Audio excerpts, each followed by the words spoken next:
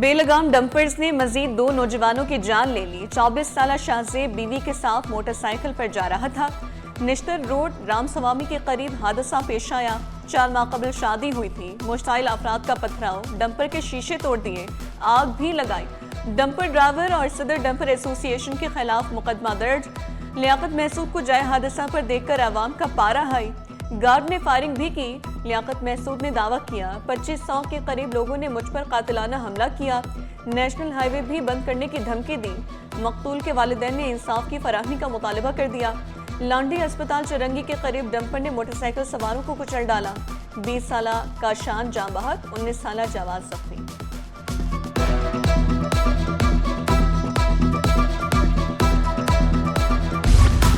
قتل خودکشی یا وجہ کچھ اور؟ گلبرگ رحمان آباد میں بیوی کی گلا کٹی اور خاوند کی پھندا لگی لاش ملی۔ پولیس نے شبہ ظاہر کیا ممکنہ طور پر خدا بخش نے یاسمین کو قتل کرنے کے بعد خودکشی کی۔ اہل خانہ کو بھی قتل کے بعد خودکشی کا شبہ۔ پی آئی اے ایئر کرافٹ انجینئرز کا احتجاج، ایئرپورٹس پر آپریشن جزوی متاثر، ہڑتال سے پروازیں منسوخ، مسافر خوار۔ انجینئرز نے سیفٹی خدشات کے باعث جہازوں کی تکنیکی تصدیق روک دی۔ کہا غیر محفوظ حالات میں کام ممکن نہیں۔ ترجمان پی آئی اے کا کہنا ہے احتجاج کا مقصد نجکاری کو متاثر کرنا ہے۔ متبادل انجینئرنگ کی خدمات دوسری ایئر لائن سے لی جا رہی ہیں۔ مظاہرین کے خلاف قانونی کارروائی کا بھی اندیا دیا۔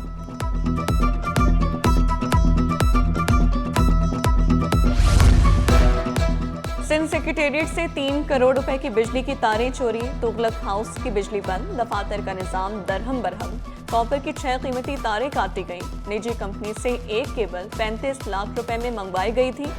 مقدمہ درج ہوا، نہ ہی تحقیقات شروع کی جا سکی۔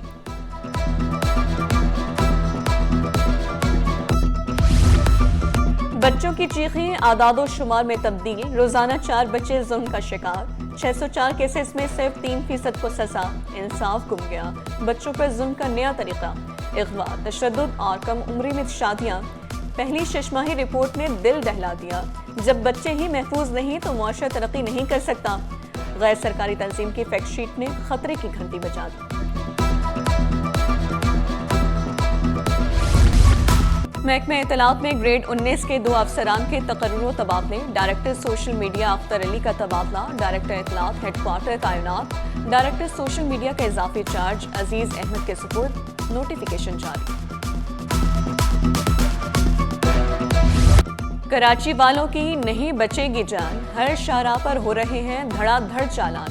قوانین کی خلاف ورزی پر 8 روز میں 28,000 سے زائد چالان، شہریوں کی جیبوں سے 14 کروڑ سے زائد نکلوا لیے گئے۔ ٹریفک پولیس حکام نے مشورہ دیا، چالان سے بچنا ہے تو قوانین پر عمل کریں۔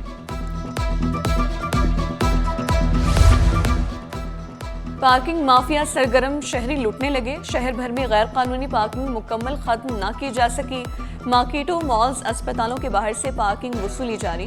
شہریوں نے شکوہ کیا مافیا جیبوں پر ڈاکہ ڈال رہا ہے، بتایا جائے پیسے کس کی جیب میں جا رہے ہیں۔ مافیا کے خلاف فوری ایکشن لینے کا مطالبہ کر دیا۔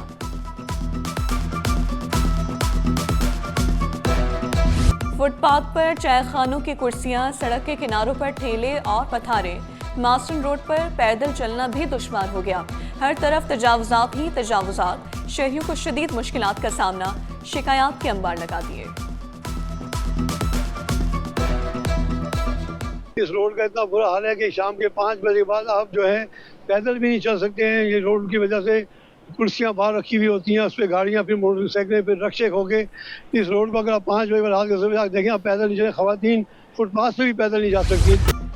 ایک ہی بار لکھ کر دے دیں تجاوزات کے خلاف آپریشن نہیں کر سکتے، ہم تفصیلی فیصلہ جاری کر دیتے ہیں۔ 25 سے زائد احکامات کے باوجود سرکاری اراضی اور رفاہی پلاٹ سے قبضہ ختم نہیں ہو سکا، ہر بار مہلت لے جاتے ہیں۔ سندھ ہائی کورٹ کے ضلع شیخی میں تجاوزات کے خلاف آپریشن نہ کرنے کے کیس کے دوران ریمارکس، ڈی سی ایسٹ نے موقف اختیار کیا، انسداد تجاوزات ٹیم کی زندگیاں خطرے میں نہیں ڈال سکتے، عدالت کا آئندہ سماعت پر تجاوزات کے خلاف میکینزم پیش کرنے کا حکم۔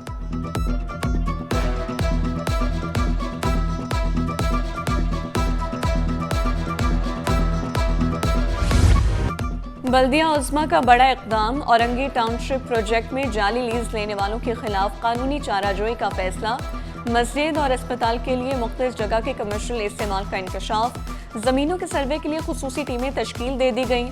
ترجمان بلدیہ عظمیٰ کے مطابق رواں سال اورنگی ٹاؤن شپ میں 500 سے زائد پلاٹوں کی لیز منسوخ کی گئی۔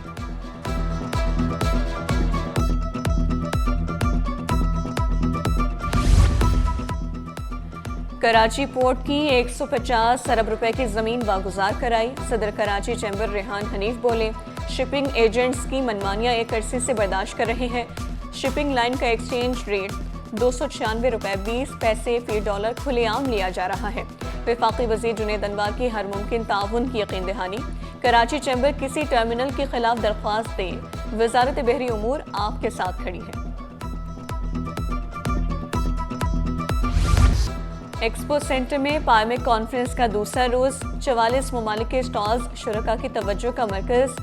کمانڈنگ آفیسر کیپٹن داؤد کا کہنا ہے، میری ٹائم سیکورٹی ایجنسی سمندری حدود میں منشیات کی روک تھام کے لیے کام کر رہی ہے۔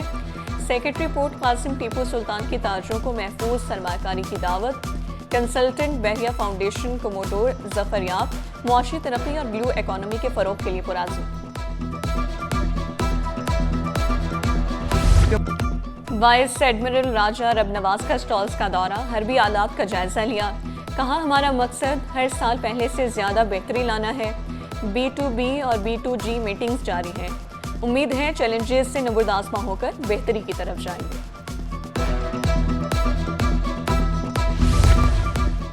پیپلز پارٹی کے کئی رہنما 27ویں ترمیم کے مخالف، صوبائی اختیارات واپس لینے کی شکوں پر اعتراض۔ سینئر رہنما سینٹرل ایگزیکٹو کمیٹی اجلاس میں موقف پیش کریں گے۔ پیپلز پارٹی نے بیرون ملک گئے رہنماؤں کو فوری واپس بلا لیا۔ وفاقی حکومت جلد پارلیمنٹ میں بل پیش کرنا چاہتی ہے۔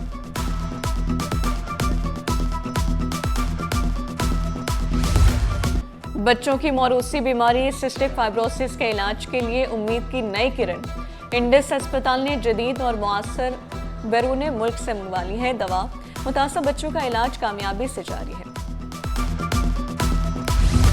گھر کے بدلے گھر دیں، سپریم کورٹ کراچی۔ رجسٹری کے باہر گجر نالہ اور اورنگی نالہ متاثرین کا احتجاج۔ شکوہ کیا، آپریشن کے نام پر گھروں کو توڑا گیا، یقین دہانی کے باوجود گھر نہیں مل رہے۔